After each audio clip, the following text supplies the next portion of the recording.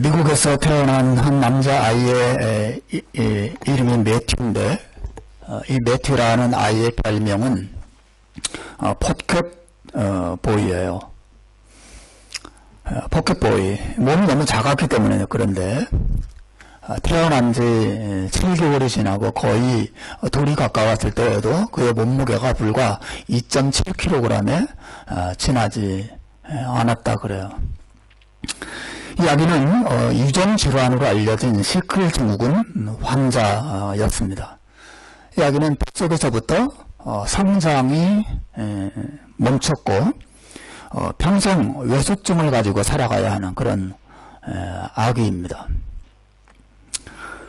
몸만 그렇게 성장이 멈춘 게 아니라 뇌도 함께 발육이 정지된 그런 아기였습니다. 여러분, 그런 아기를 낳고 또 평생 바라봐야 하는 그 부모의 마음이 어떠할까? 애가 잘하지 않는 것입니다. 애기를 낳는데 애가 잘하지 않는 거야. 1년은 지나도 5년이 지나도 10년이 지나도 다른 또래 아이들은 다 학교 가고 친구들을 만나고 뛰어노는데 자기 집 아이는 여전히 기저귀 차고 젖병을 물고 있는 그런 아기인데, 그 아기를 바라보는 부모의 마음은 정말 말로 다 표현하기 어려운 참담함을 느낄 것입니다.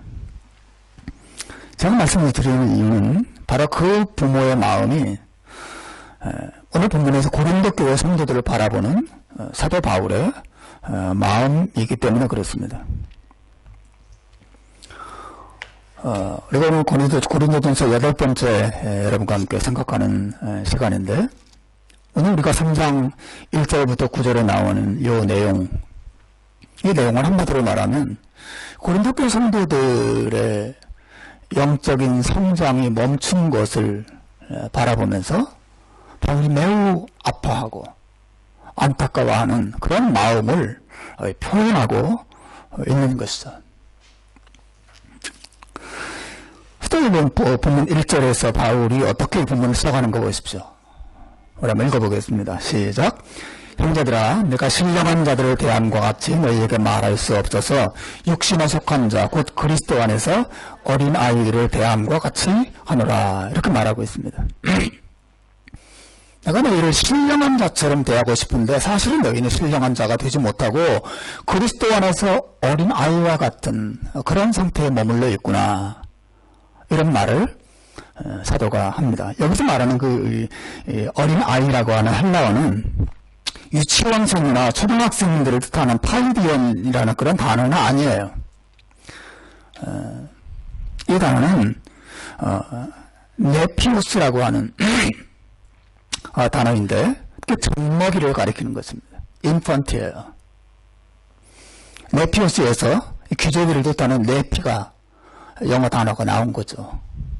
기저귀를 찬 갓난아기죠. 갓난아기, 그 유아와 같은, 너는 그리스도 안에서 아직까지 기저귀를 떼지 못하고 있는 그런 신앙생활을 너희가 하고 있구나. 이런 말을 바울이 하고 있습니다.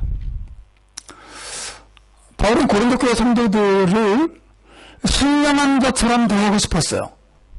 여기가 말하는 신령한 자는 여러 가지 의미가 있지만 특히 이것은 성령 하나님을 통해서 하나님의 은혜를 깨달은 사람을 말해요. 우리가 2장 12절 말씀에서 우리 보지 않았습니까? 지난주의 내용이죠. 한번 보시겠습니까? 같이 읽어봅시다. 시작. 우리가 세상의 영을 받지 아니하고 오직 하나님으로부터 온 영을 받았으니 이는 우리로 하여금 하나님께서 우리에게 은혜를 주신 것들을 알게 하려 하심이라. 우리 모든 신자들은 하나님으로부터 온 영을 받은 자예요. 그 신령한 자입니다. 하나님으로부터 온 영을 통해서 하나님께서 우리에게 어떤 은혜를 주셨는지를 알고 깨닫게 된 사람을 의미하죠. 하나님의 사랑, 자기를 향한 하나님의 놀라운 긍휼과 그 구원의 축복을 깨달은 사람이 신령한 자예요. 그런데 이 고린도 교회 성도들은 이런 하나님의 은혜를 믿고 깨달은 신자가 되었음에도 불구하고 그들은 여전히 그리스도 안에서 어린아이의 상태에 머물러 있었다 이렇게 말합니다. 그럼 사도 바울을 너무 속상하게 하고 마음 아프게 만든 것은 그들이 단순히 어린 신자여서가 아니었어요. 그들은 이미 예수님을 믿은 지 10년 가까운 시간이 흘렀던 사람들이죠. 그렇게 10년 가까운 시간이 흘렀음에도 불구하고 그들은 자라지 않고 여전히 어린아이 같은 모습을 보이고 있었다라고 하는 것입니다. 여러분 2절 말씀을 보십시오. 바울이 뭐라고 말합니까? 2절 시작. 내가 너희를 저주로 먹이고 밥으로 아니하였느니 이는 너희가 감당하지 못하였음이거니와 지금도 못하리라. 이거 중요한 건데 지금도라는 말입니다. 내가 너희를 처음 만나서 복음을 전하고 너희가 예수님을 믿고 거듭나서 영적으로 태어났을 때 그때는 너희가 저주를 먹는 것이 당연했대. 왜 금방 예수 믿었습니까? 그런데 지금도 밥을 먹지 못하는, 지금도 사실 이렇게 밥이라고 번역되니까는 정확히 번역하면 고기예요. 이거 고기 먹을 나이가 됐는데 아직도 젖을 먹어야 하는, 예수 믿은지 우리 구원받은지 교회 나온지 몇 년째 안 와. 아직도 젖을 먹어야 하는 그런 상황이구나. 이것이 바울 사도의 안타까운 마음이었습니다. 지금도 못하리라. 제가 우리 집 아이들 바라볼 때 깜짝 놀랄 때가 있어요. 우리 애들이 언제 이렇게 잘했을까? 이제 둘째도 이제 10대로 끝나고 20대로 들어갔고, 이제 막내만 이제 남았습니다. 막내만 조금만 지나면 이제 20대 같아요. 저도 이제 고등학교 졸업하면 이제 끝입니다. 셋 다 이제 대학생이 되면 짐을 벗는 같은 그런 자유로움이 제게 있을 것 같아요. 언제 이렇게 일이 잘했을까? 깜짝 놀랄 때가 있습니다. 제가 지금도 잊혀지지 않는 것이 어릴 때 우리 큰딸, 첫째 딸이 처음으로 뒤집기 했을 때를 기억합니다. 지금 너무 생생하게 기억나요. 너무너무 기뻤기 때문에. 태어나서 오랫동안 천장만 보고 이렇게 누워있던 아기가 어느 날 보니까 뒤집어 이럴 거예요. 누워있다가 발버둥 치다가 그냥 뒤집기를 하는 것입니다. 제가 너무너무 놀라가지고 소리를 질렀습니다. 야, 뒤집었다. 그리고 제 아내한테 가서 막 이정이가 뒤집기를 했다고 데려와서 막 구경하고 또 돌전집힌 다음에 또 뒤집기 하도록 이렇게 시키기도 하고. 그래서 그때 그 감격을 그때 뭐 싸이월드인가 하여튼 뭐 거기다가 막 올리고 그랬던 기억이 납니다. 그 누워있던 애가 뒤집기를 하고, 뒤집기를 한 애가 이제 기고, 기던 아이가 이제 잠들어 일어나서 아장아장 걷기 시작하고, 그 뛰고, 엄마 젖병만 물고 있던 애가 이제 밥을 씹어 먹기 시작하고, 라면도 먹고, 고기 먹으면 이제 내 것도 먹고, 옛날에는 식당에 가면 서로 반씩 나눠 먹었는데 이제는 자기 거 큰 거 시켜서 먹어야 하는, 먹을 수 있는 그런 아이로 자란 것이죠. 여러분, 만약에 애가 10년이 지나고 20년이 됐는데도 여전히 젖병을 물고 있고, 여전히 기저귀를 차고 있고, 여전히 천장만 바라보고 누워있다면 그 부모의 마음이 얼마나 참담하고 얼마나 슬프겠어요. 여러분, 사람의 몸에도 나이가 있듯이 영혼에도 나이가 있습니다. 사람의 몸이 자라듯이 영혼도 자랍니다. 영적인 나이죠. 몸이 자라는 것을 육체의 성장이라고 한다면 영혼이 자라는 것을 영적인 성장이라고 해요. 오늘 사도 바울은 본문에서 고린도 교회 성도들이 영적인 성장이 나타나길 바랬지만 그 많은 시간이 지난 후에도 여전히 지금도 저주나 먹는 어린아이 상태에 머물러 있는 것을 매우 안타까워했습니다. 오늘 제 설교의 주제는 영적인 성장에 대한 거예요. 여러분의 영혼의 나이는 몇 살이나 되겠습니까?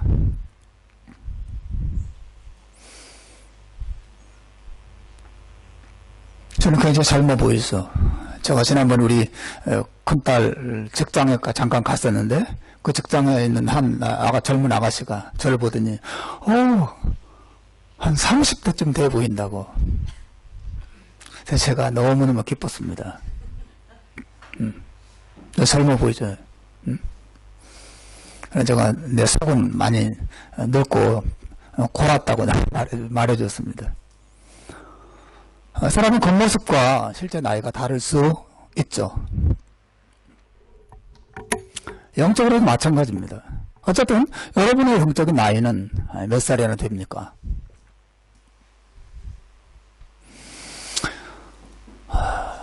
여러분 예수 믿는 횟수만큼 꾸준하게 성장하고 있습니까? 여러분 영적인 성장에 대해서 어떻게 생각하십니까? 여러분 영적으로 성장하고 있는 걸 느끼고 있습니까? 여러분 영적인 성장은 대단히 중요합니다. 왜냐하면 영적인 성장이 없는 곳에 모든 고통과 혼란이 찾아오기 때문에 그렇죠. 영적인 미숙함이 모든 고통과 혼란의 원인이에요. 오늘 본문 3절과 4절을 보십시오. 바울이 뭐라고 말합니까? 한번 읽어보겠습니다. 시작. 너희는 아직도 육신에 속한 자로다. 너희 가운데 시기와 분쟁이 있으니 어찌 육신에 속하여 사람을 따라 행함이 아니리요. 어떤 이는 말하되 나는 바울에게라 하고 다른 이는 나는 아볼로에게라 하니 너희가 유대 사람이 아니리요.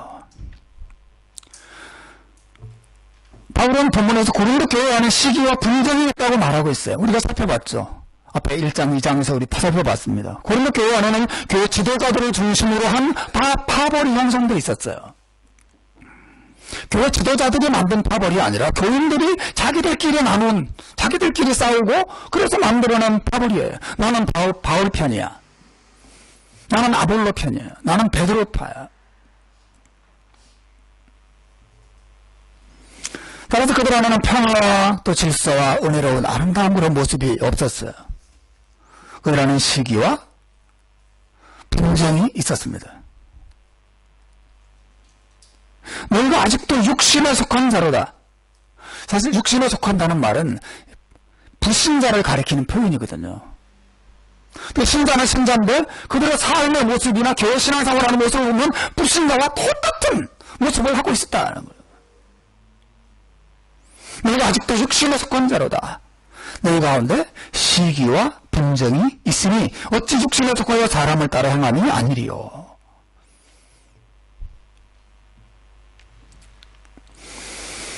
여러분 교회 공동체 안에 자기를 사랑하고 남을 시기하고 서로 싸우고 편을 가르고 교회 안에 일어난 여러 가지 많은 혼란들 원인이 어디 있습니까?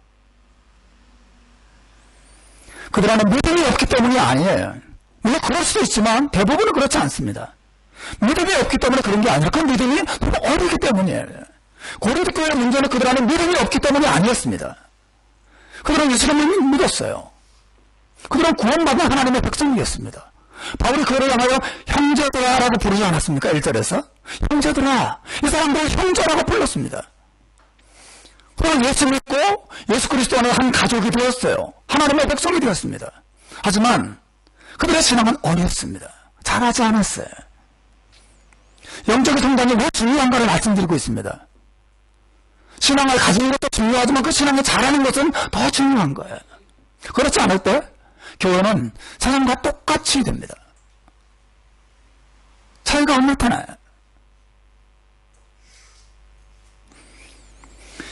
여러분 어린아기와 같은 신자의 특징이 뭐냐면 마치 설 익은 밥과 같아요. 여러분 밥 잘 하십니까?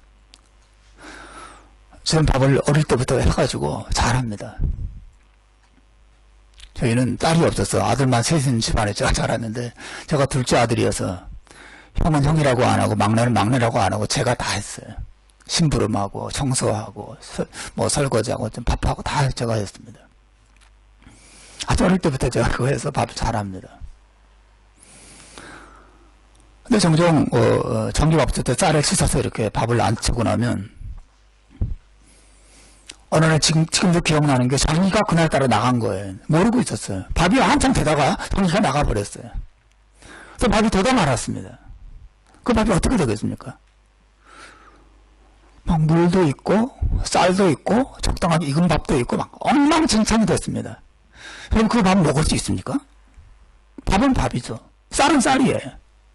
그럼 쓸모없는 밥이 지나지 않는 것이죠. 여러분, 이것이 영적으로 성장하지 않은 어린아이 같은 신자의 모습이에요. 그 안에는 하나님을 믿는, 예수님을 믿는 믿음도 있고 하나님을 신뢰하지 않는 불신앙도 같이 짬뽕되어 있습니다. 뒤섞여 있어요. 하나님이 주신 좋은 마음도 있지만 자기 마음대로 하고자 하는 악한 본성도 함께 공존합니다.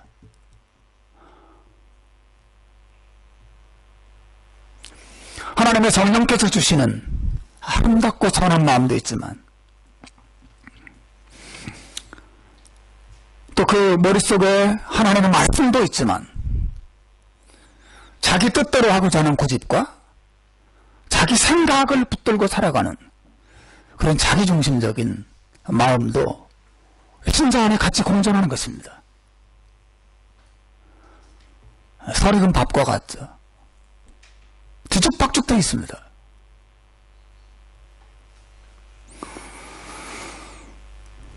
오늘날 교회 신자들의 문제가 여기 있습니다. 다시 말하지만 신앙이 없음에 문제가 있는 게 아니에요. 신앙은 있지만 그 신앙이 영적 성장이 나타나지 않는데 그 문제가 있습니다.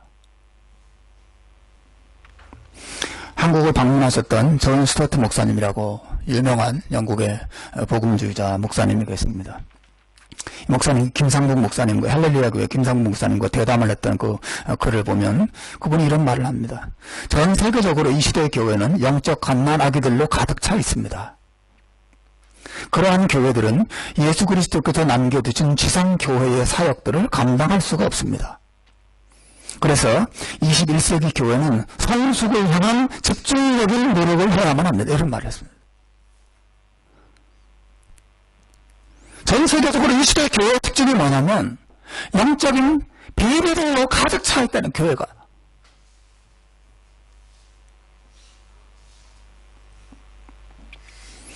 여러분, 갓난아기 일과 어느 정도 잘한 사람의 차이가 뭡니까?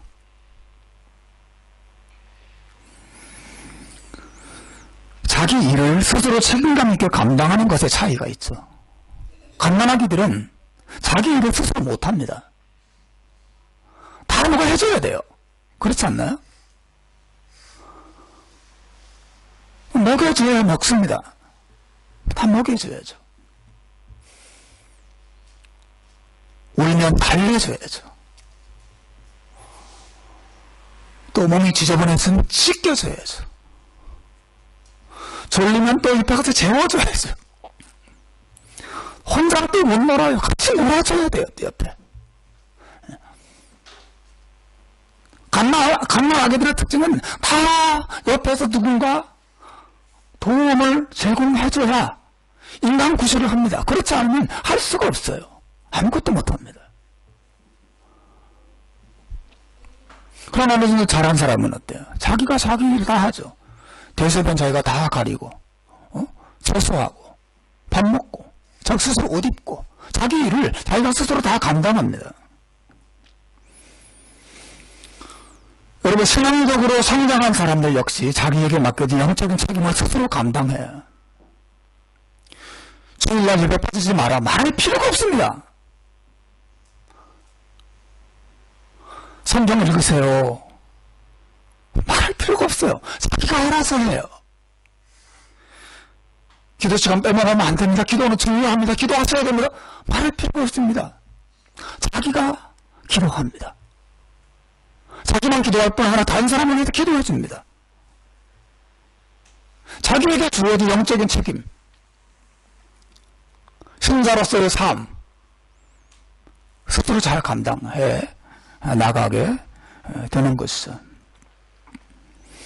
그래서 우리 교회가 그리스도 안에서 이러한 영적으로 성장된 그리스도인들이 가득해지기를 바라요. 그럼 다 잘하길 바랍니다. 잘해야 합니다. 베이비들로 가득한 곳을 생각해 보세요. 끔찍하지 않습니까? 다 뒷바라지 해줘야 돼요. 10명의 베이비가 있는데 어른은 한 사람밖에 없다. 야, 얼마나 힘듭니까? 반대로 10명의 어른들이 있는데 아기만 한 사람 있다. 그 아기를 우리가 돌봐줄 수 있어요. 교회가 베이비들로 가득 차 있을 때 너무 힘들어요. 누가 힘들어요? 성숙한 사람이 힘들죠. 정말 힘듭니다. 다 받아줘야 돼요. 이 베이비들의 특징이 뭐냐면 쉽게 상처받는 거예요. 조금 힘이 생기면 금방 삐지고 금방 상처받고 금방 힘들어하고. 여러분, 이런 상황을 타개할 수 있는 방법은 온 교회가 믿음 안에서 성장해 나가는 것입니다. 우리 교회가 그런 교회로 성장하기를, 사람만 많아지는 것을 넘어서서 여러분 모두가 영적인 성장을 해 나가는 은혜가 있기를 주님의 이름으로 축원합니다.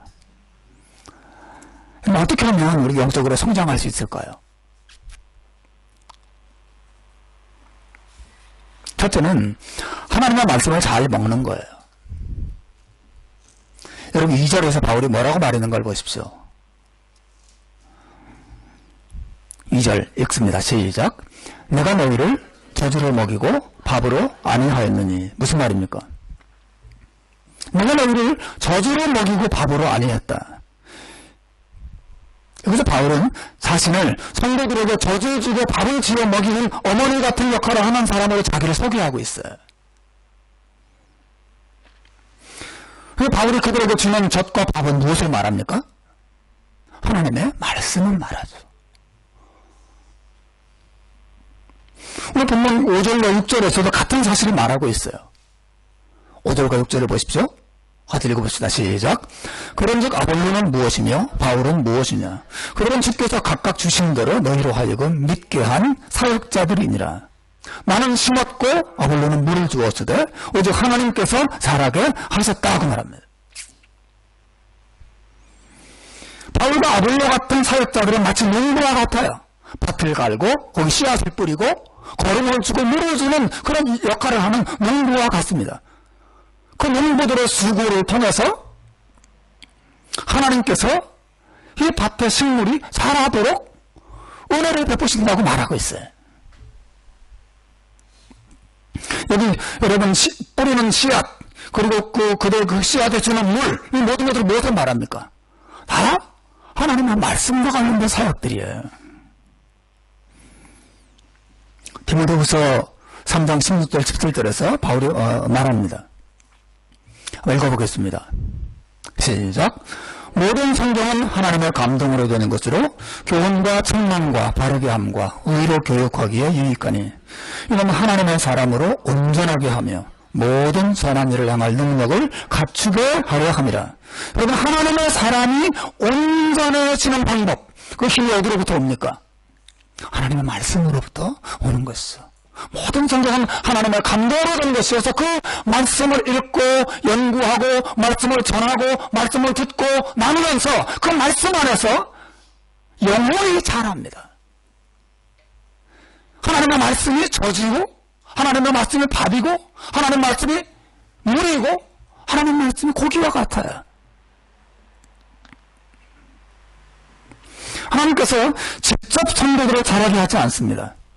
일반적으로는 말씀의 은사를 가진 바울과 같은 혹은 아볼로와 같은 영적 지도자들의 도움을 통해서 성도들에게 하나님 말씀을 공급하게 하세요. 이거 분명히 말하는 바죠. 이 교회 실수예요.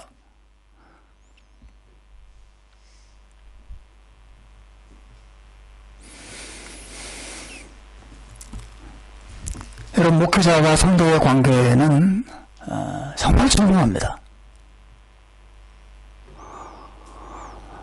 목회자와 성도의 관계가 같이 사우나 다니고, 같이 골프 치러 다니고, 같이 축구하러 다니고, 같이 뭐 등산 다니고, 그런 관계도 아름답고 좋지만, 그게 가장 중요한 관계는 아니에요.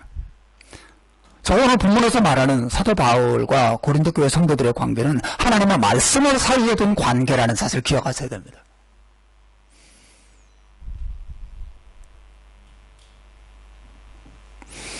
목회자의 1차 직무는 하나님의 말씀을 열심히 연구하고 묵상하고 또 조직해서 성도들이 잘 알아듣도록 열심히 가르치는 것이 목회자의 첫 번째 직무예요. 그리고 성도들의 직무는 뭐예요? 그 말씀을 온 마음을 다하여 듣는 것입니다. 말씀을 받는 거예요. 애기가 젖을 빨아먹듯이 촉촉촉. 여러분 애기 키워보셨죠? 애기가 여러분 이 젖병을 한번 물면 얼마나 열심히 빨아먹는지 모릅니다. 촉촉촉촉촉촉 빨아먹습니다. 이만큼 큰 몇 밀인지 기억도 안 나지만 순식간에 다 먹습니다. 얼마나 열심히 먹는지 몰라요. 그러면 건강하게 자랍니다.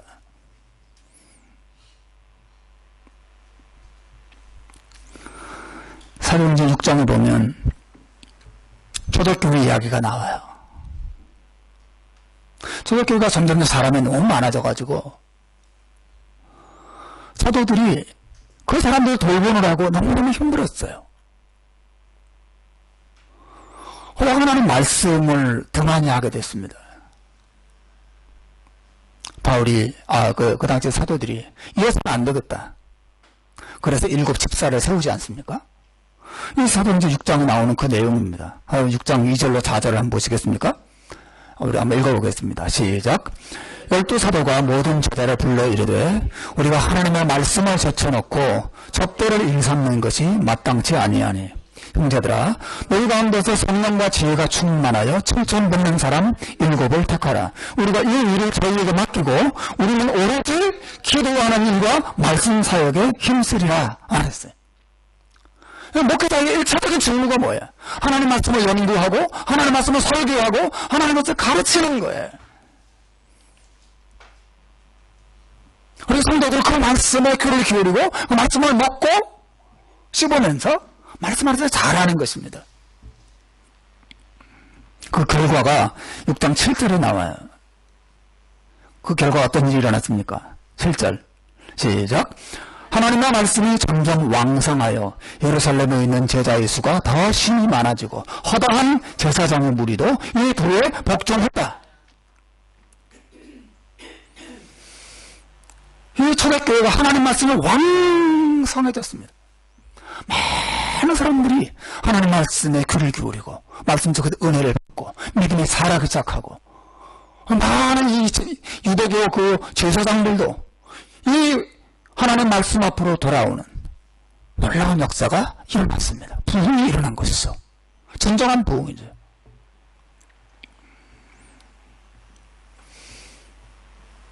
여러분 영적인 성장은 하나님 말씀을 떠나서는 있을 수가 없어요. 밥 안 먹는데 잘하겠습니까? 제가 단언해서 말할 수 있습니다. 여러분 안에 성장이 없는 것은 하나님 말씀을 가까이 하지 않아서 그렇습니다. 성경 읽는 것, 혹은 연구하는 것, 혹은 설교 듣는 것, 성경을 공부하는 것, 함께 나누는 것, 여기에 결정적인 문제가 있는 것이죠. 20년, 30년 지나도 잘하지 않습니다.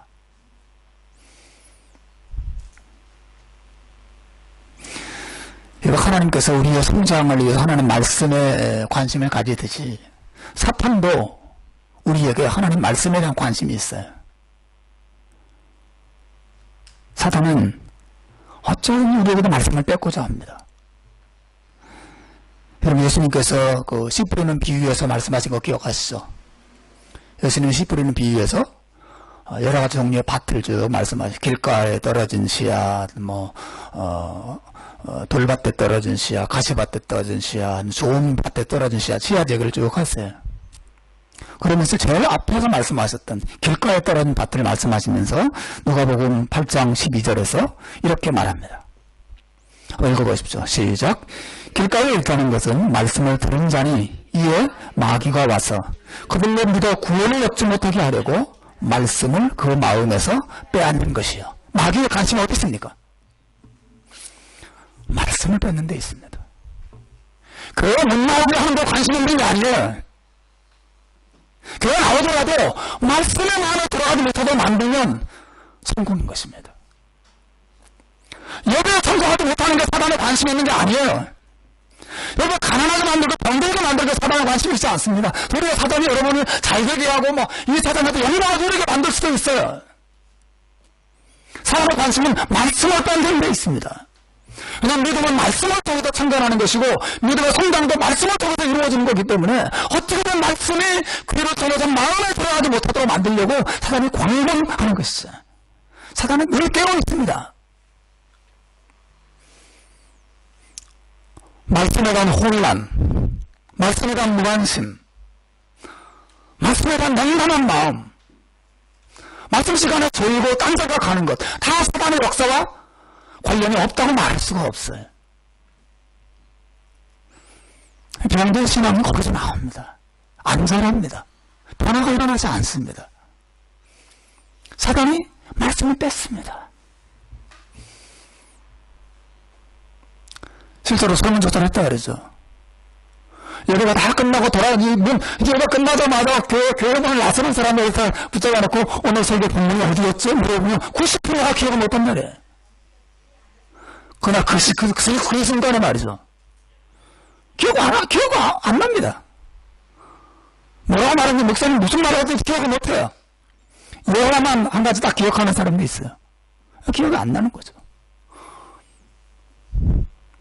여러분, 갈수록 교회 안에 설교 시간은 짧아지고 다른 시간에도 많아지는 이유가 어디 있습니까? 사단의 역사와 관련돼 있어요. 교회가 자꾸 말씀으로서 멀어져 가는 것입니다.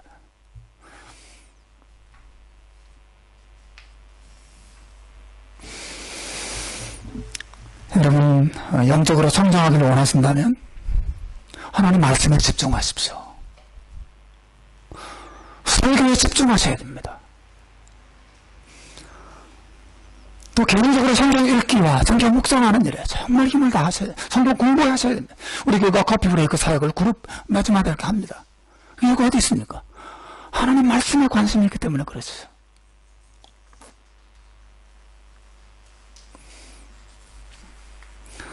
여러분, 영적으로 성장하기 위해서 하나님 말씀을 잘 먹는 여러분 되시기를 주님의 이름으로 축원합니다. 두 번째, 영적 성장의 두 번째 방법이 있어요. 이 복음의 내용을 우리의 생활 속에 잘 적용하는 훈련을 하는 거예요. 영적인 성장을 하는 방법이에요. 바울 사도는 영적인 갓난아기와 같은 고린도 교회 성도들의 특징이 시기와 분쟁이라는 말을 했죠. 기억나시죠? 2절에서 말하지 않았습니까? 3절에서 말하지 않았습니까? 너희는 아직도 육신에 속한 자로 너희 가운데 시기와 분쟁이 있으니 어찌 육신에 속하여 사람을 따라 행함이 아니리요. 이렇게 말했습니다. 이 말은 그들은 예수님의 십자가의 은혜와 사랑을 믿었지만 그 은혜와 사랑을 생활 속에 제대로 적용하지 못했다는 사실을 보여주는 거예요. 시기와 분쟁. 여러분, 예수님의 십자가 은혜와 사랑이 주는 가르침이 무엇입니까? 우리는 예수님을 믿습니다. 우리 예수님의 십자가를 믿습니다. 왜 그것을 믿습니까? 우리는 모두 자기 힘으로는 구원받을 수 없는 죄인이라는 사실을 믿는 거죠. 그래서 예수님을 믿는 거 아닙니까? 나는 죄인이에요. 내 힘으로는 구원받을 수 없어요. 예수님의 용서가 필요해요. 예수님의 은혜가 필요해요. 그럼 우리가 예수님을 의지하고 예수님을 믿는 것이죠. 예수님께서 내 대신 죽어주셨다는 사실을, 내 대신 죽어주신 그분 때문에 내가 구원받아서 믿는 자가 신자죠. 그러므로 예수님을 바르게 믿는 신자들은 자기를 자랑하지 않습니다. 내가 잘나서 구원받은 게 아니기 때문에 그렇죠. 자기를 자랑하지 않습니다. 남을 무시하지도 않아요. 이 복음을 바르게 알고 적용하는 사람들의 특징이에요. 그 시기하고 질투하고 서로 싸우고 서로 욕하고 서로 의시되고 복음을 삶에 적용한 사람들, 예수님의 사랑 때문에 내가 구원받았다라고 하는 이 사실을 교회 안에서나 가정 안에서나 적용하며 사는 사람들은 그 속에 시기와 분쟁이 일어나지 않습니다. 그러니까 이것을 적용하지 못할 때 그래서 자기를 자랑하고 남을 무시하고 내가 뭐 대단한 사람이 돼서 이렇게 훌륭한 신자가 된 것처럼 생각하는 교만함이 우리 안에 들어오는 것이죠. 십자가의 은혜는 우리를 겸손하게 만들어요. 그래서 적용하지 못하는 곳에 시기와 분쟁이 항상 가정이든 교회든 있습니다. 싸움이 있습니다.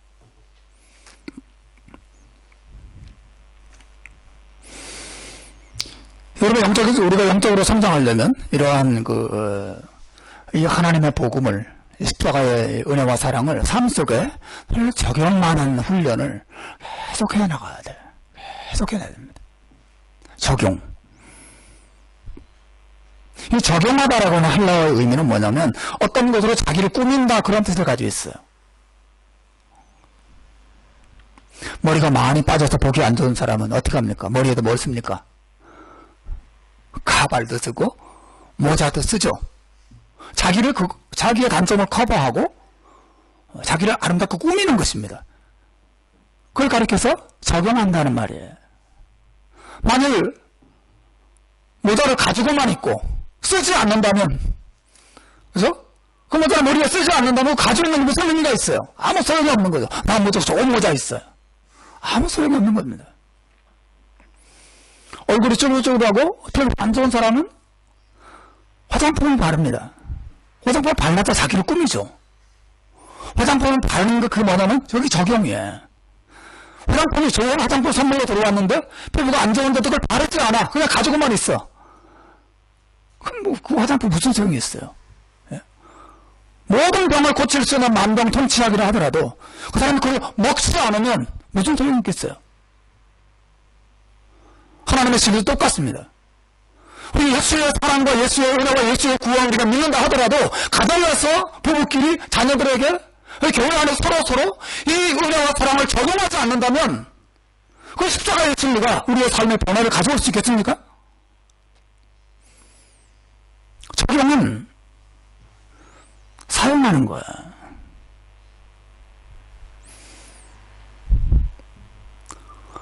초대교회 고린도 교회 성도들은 그들의 믿음과 생활이 완전히 분리되어 있었습니다. 예수님을 믿는 신자가 되었음에도 불구하고 서로 시기하고 분쟁하면서 파벌을 이루고 싸웠습니다.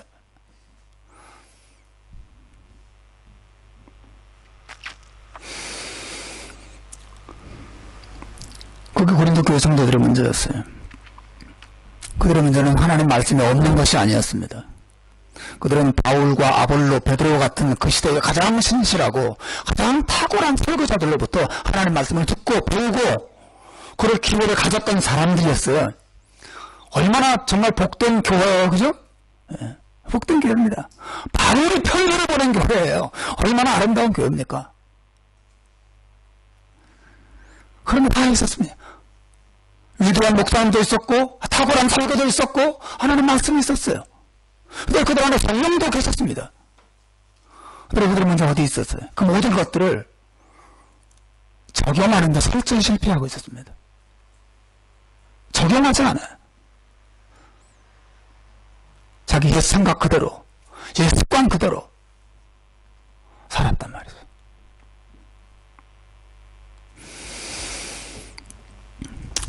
어느 날 저녁 예수님이 산으로 기도하러 올라가시고 제자들만 배를 타고 바다를 건너고 있었어요. 제자들이 어두운 밤바다를 건너가다가 큰 풍랑을 만납니다. 그때 예수님께서 그 밤바다를 걸어서 제자들에게 오셨습니다. 제자들은 그 예수님을 바라보고 유령이라고 생각했어요. 그래서 두려워했습니다. 예수님께서 나다, 두려워하지 마라 말씀하셨어요. 그래서 베드로가 예수님에게 요청합니다. 예수님의 분명하다면 나로 하여금 이 바다를 걸어오라고 명령해 주십시오. 당돌한 요구를 베드로가 하죠. 그런데 예수님의 반응이 무엇입니까? 마태복음 14장 29절에 이런 말을 합니다. 한번 읽으십시오. 시작.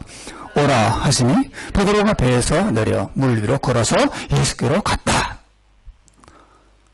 예수님이 주님이 분명하다면 나로 하여금 바다를 걸어오라고 말씀해 달라고 요청했을 때 예수님의 반응이 베드로의 아사라, 아무나 걷는 게 아니야. 내가 너한테 갈 테니까 넌 거기 있어. 괜찮아. 내가 포도를 잔잔하게 해줄게.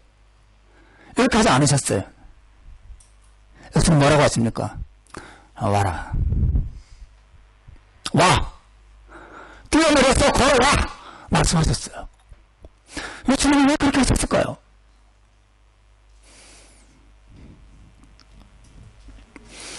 예수님은 그 순간에 베드로의 믿음을 훈련시키고자 하신 것이죠.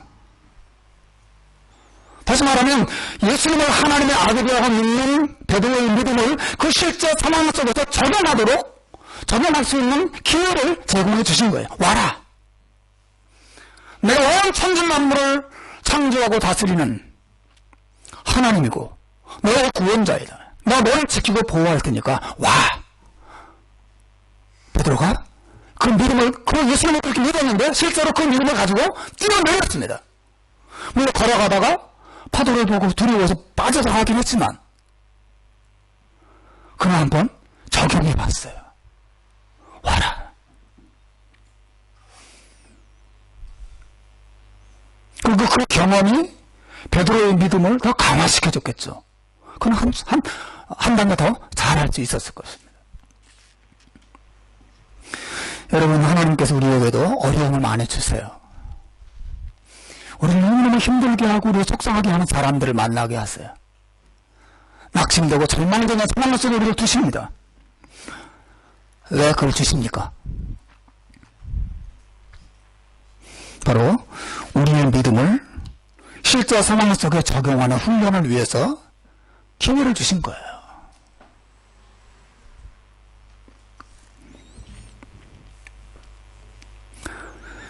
경제적으로 어려운 분들이 우리 교회에 있습니다. 그 어려움이 왜 우리에게 주어집니까? 바로 그때가 내가 예수님을 믿고 내가 하나님을 믿는 그분의 은혜와 사랑과 구원을 믿는 자라는 사실을 그 상황 속에 적용할 수 있는 절호의 찬스예요.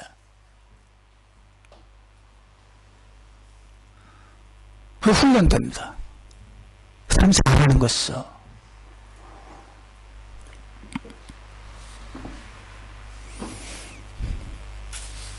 집값에 돈이 거의 다 떨어져 갈 때 친구들과 함께 식당 가서 밥을 먹다가도 다들 밥값을 못 내서 막 그렇게 집에 이렇게 눈치 보고 있을 때 주님 믿습니다. 주님을 의지합니다. 제가 내겠습니다. 남을 사랑하고 섬긴 주님의 그 마음을 본받아서 내가 적용하겠습니다. 돈이 많을 때야 그 믿음 적용하고 자식 할 필요 있습니까? 어려움 속에서 주님 믿습니다. 주님 의지합니다. 주님이 채워주실 줄로 믿습니다. 그리고 섬김을 택하고 희생을 택하고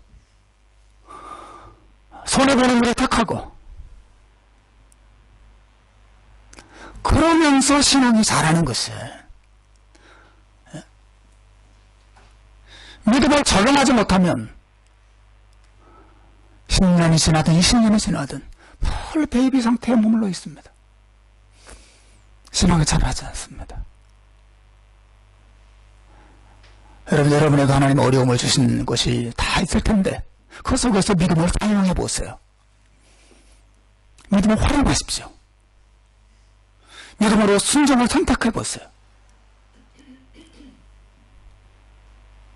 늘 안전을 택하고 늘 행복을 택하고 늘 평안함을 택하는 것보다 하나님을 위해서 또 이웃을 위해서 손해를 택하고 아픔을 택하고 희생을 선택하고 그 길을 가보세요. 아주 작은 것이라도 그렇게 훈련해 나갈 때 우리의 믿음은 계속해서 은혜 안에서 자라게 될 것입니다. 그리고 여러분 생각해 보십시오. 제가 설교하면서 준비하면서 그런 생각이 들었어요.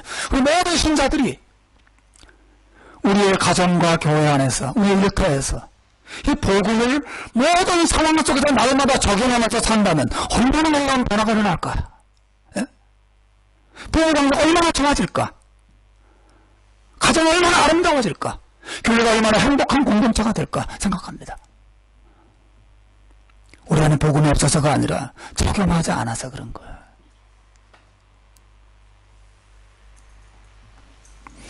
말씀 맺겠습니다.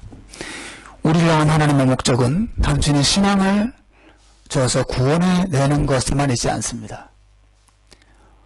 우리 하나님의 목적은 우리의 신앙이 자라게 하시는 것입니다.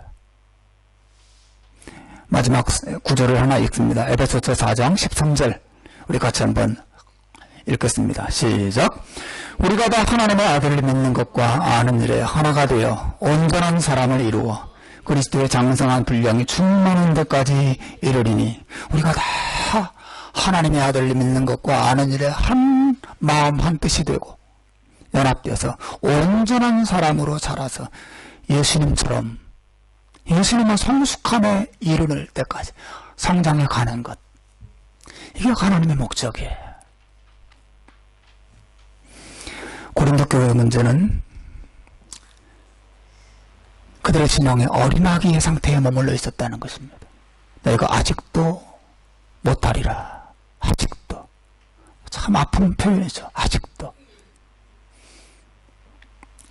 그래서 그들의 고통거리였습니다. 하나님 그들에게 사역자도 주시고 하나님 말씀도 주시고 성령도 주셨지만 잘하지 않았습니다. 하나님께서 우리에게도 부족하지만 귀한 은혜의 공동체를 허락하셔서 이 신앙을 잘할 수 있는 여건을 주셨어요. 하나님 말씀이었으면 잘 귀 기울여 듣고 온 마음을 다해 말씀을 받고 우리 그 말씀을 생활 속에 정말마다 적용하면서 살려고 애쓰는 가운데 우리가 그렇게 1년이 지나고 5년이 지나고 10년이 지나면서 더 아름다우신 자로 우리 모두가 자라게 될 줄로 믿습니다. 그 축복이 우리 모두에게 있기를 주님의 이름으로 축원합니다. 기도하겠습니다.